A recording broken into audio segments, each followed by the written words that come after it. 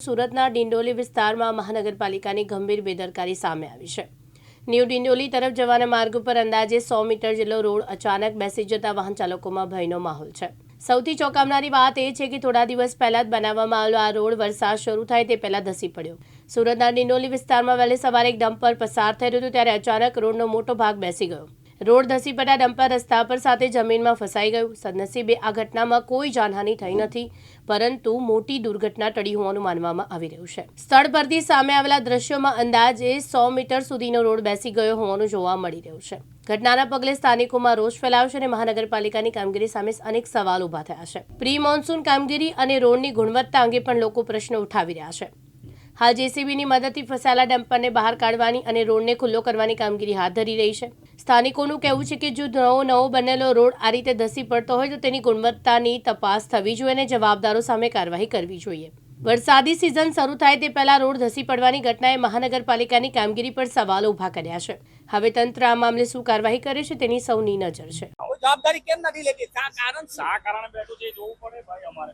હા, પણ કોન્ટ્રાક્ટર તો તમારો જ હતો ને? અમારો કોન્ટ્રાક્ટર નથી, અમે નથી કર્યું। અમે હાઇડ્રોલિક ની મોટી લાઈન નખાઈ છે, હાઇડ્રોલિક નું કામ થયું હતું। ત્યાર પછી અમે પેસ માર્યો છે, ફરિયાદ હતી ધૂળ ઉડે છે એની પેસ માર્યો છે। નબળી છે કે નહીં સાહેબ? ભ્રષ્ટાચાર છે કે નહીં આની અંદર? શું લાગે છે તમને?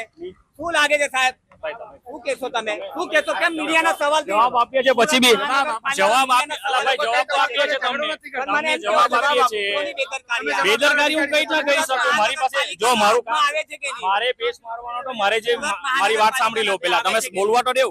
હું મારો જે પેજ કામ હતું મારી એ મેં કર્યું છે। હવે શેના માટે બેઠું છે, શું છે, આગળ કામ થયું છે, કોનો છે? હાઇડ્રોલિક વાળાનું કામ થયું છે। કયો કોન્ટ્રાક્ટર? એ કોઈ પણ મારે પેજ નું કામ કર્યું છે, પેજ વર્ક બેસવું છે મારે જોવું। મહાનગરપાલિકાની છે કે આપી નહીં? દીધું જવાબ ભાઈ। મહાનગરપાલિકાની બેદરકારી છે કે નહીં? લોકોના ટેક્સના પૈસા ક્યાં જાય છે સાહેબ?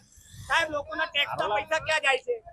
લોકોના ટેક્સના પૈસા ક્યાં જાય છે સાહેબ? જવાબ આપે છે પછી સાહેબ, જવાબ આપો। હું મારું કામ કરાવું છું, સાહેબ, લોકોના ટેક્સના હું પૈસા મારું ક્યાં કામ જાય છે કરાવું છું સાહેબ? ભાઈ। લોકોના ટેક્સના પૈસા ક્યાં જાય છે સાહેબ? આવી રીતે ન હોય સાહેબ। આ લોકોના ટેક્સના પૈસાથી આ બધું બહુ બનતું હોય છે સાહેબ।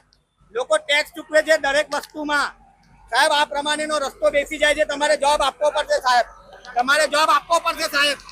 સાહેબ, તમારે આ પ્રમાણેનો જવાબ આપવો જ પડશે સાહેબ। શું છે આનું સાહેબ?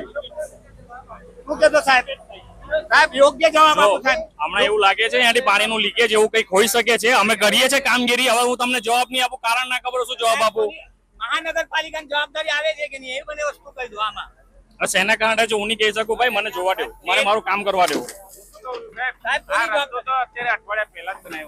અઠવાડિયા પહેલા જ પેજ માર્યો છે। ફરિયાદ છે કે ખાડા ખોટેલા છે, ધૂળ ઉડે છે, એટલે અમે પેજ માર્યો છે, નો ડાઉટ અમે પેજ માર્યો છે। હવે નીચેથી બેઠું છે, શું થયું છે એ મારું એમાં જોઈએ પછી ખબર પડે શેના માટે થયું છે। હું કઈ ના કહી શકું તમને અત્યારે। આ લાઈન હમણાં નીચે બેઠી હોય તો મને ખબર પડે ને ભાઈ। કોન્ટ્રાક્ટરની બેદરકારી માનો? હવે કયો કોન્ટ્રાક્ટર છે મને થોડું ખબર હોય। અમે અમારા માણસો પાસે પેજ મરાવ્યો છે ડિપાર્ટમેન્ટલી, બરાબર। કાર્યવાહી થશે સાહેબ? એ તો ભાઈ હું નહીં કહી શકું ને, હું થોડો હાયર ઓથોરિટી છું, મારા સાહેબ લોકોને પૂછો। માનસી રેસીડેન્સી થી સુમુખ સર્કલ જતા રસ્તો આખો ને આખો બેસી ચુક્યો છે સાહેબ। આ પ્રમાણેનો રસ્તો છે તમામ બેસી ગયો છે, શું કહેશો આપ? રસ્તો બેસી ગયો છે એનું કારણ છે હાઇડ્રોલિક ડિપાર્ટમેન્ટ વાળા જે કામ કરી ગયા છે ને, એ હાઇડ્રોલિક ડિપાર્ટમેન્ટ વાળા વ્યવસ્થિત ક્યોરિંગ કે જે પણ ના કર્યું હોય એ એકચ્યુઅલી કોન્ટ્રાક્ટર બધું સરખું કરવાનું આવે છે, પણ એમને બરાબર સરખું ના કર્યું એટલે બેસી ગયું છે। પણ અહીંયા આ રસ્તાને અવર જવર વધારે છે, એટલે આજે 40-50 મીટરના રસ્તામાં વારે ઘડી અમારે રોડ ડિપાર્ટમેન્ટમાં કમ્પ્લેન ઓનલાઈન થી માંડીને લોકોની બી ફરિયાદ વધારે પડતી આવતી હોય છે। એટલે અમારા રોડ ડિપાર્ટમેન્ટ વાળા તરફથી મેન્ટેનન્સ ડિપાર્ટમેન્ટમાંથી જે અમારા નાના પેચ વર્ક કરવાના આવે અમે લોકો પેચ વર્ક કરીએ છીએ। હજી સાહેબ કોની બેદરકારી કહેવાય? આમાં બેદરકારી કરતો હવે તમને વધારે વિશેષ ના કહીએ, પણ જે હાઇડ્રોલિક ડિપાર્ટમેન્ટ વાળા વર્ક કરી ગયા છે, એટલે જે કોન્ટ્રાક્ટર કેવું તેવું હોય ને એમની બેદરકારીને આઈડર વ્યવસ્થિત ક્યોરિંગ ને એવું ના કર્યું હોય તો આ સ્ટ્રેન્ચ આખી બેસી ગઈ છે।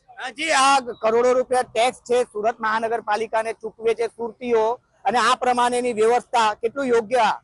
તમારી વાત સાચી છે, પણ આ હાઇડ્રોલિક ડિપાર્ટમેન્ટનું વર્ક હતું ને હાઇડ્રોલિક ડિપાર્ટમેન્ટનું કામ ચાલતું હતું, એ હાઇડ્રોલિક ડિપાર્ટમેન્ટ વાળા જ આ બધું સરખું કરવાની હોય। સુરત મહાનગરપાલિકાની કોઈ જવાબદારી નથી? સુરત મહાનગરપાલિકાના પણ બધા ડિપાર્ટમેન્ટો અલગ અલગ હોય છે, બધાની પોતપોતાની પોલિસીની આધારે બધા પોતપોતાનો વર્ક પ્રમાણે કામગીરી કરતા હોય છે।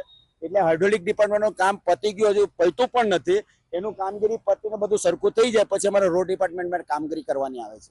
જી, જે પ્રમાણે છે તે અધિકારી દ્વારા જણાવવામાં આવી રહ્યું છે કે હાઇડ્રોલિક વિભાગનું છે આ કામગીરી હોય છે, પરંતુ સુરત મહાનગરપાલિકાની બેદરકારી તો કહી શકાય, કારણ કે જ્યારે સુરત મહાનગરપાલિકાને સુરતીઓ જ્યારે કરોડો રૂપિયાનો ટેક્સ ચૂકવે છે અને ત્યારે આ પ્રમાણેનો જે આખો રસ્તો બેસી જતો હોય છે, આ ડમ્પર છે જ્યાંથી ડમ્પર પસાર થયો છે તે રસ્તો બેસતો ગયો અને આગળ છે ડમ્પર ખાડામાં ફસાઈ ગયો. એટલે કહી શકાય છે કે સુરત મહાનગરપાલિકાના જે વિકાસના દાવાઓ છે તે સુરતના માનસી રેસિડેન્સી થી સુમુખ સર્કલ બાજુ જવાના રસ્તા પર તે પોકળ સાબિત થઈ રહ્યા છે અને આ પ્રમાણેના જે ખાડાઓ જ્યારે સુરત મહાનગરપાલિકામાં જે પડતા હોય તો આ ખૂબ જ ગંભીર છે તે ઘટના કહી શકાય. કેમેરામેન અબુ મિર્ઝા સાથે મુકેશ ગુરવ, દિવ્યાંગ ન્યૂઝ, સુરત.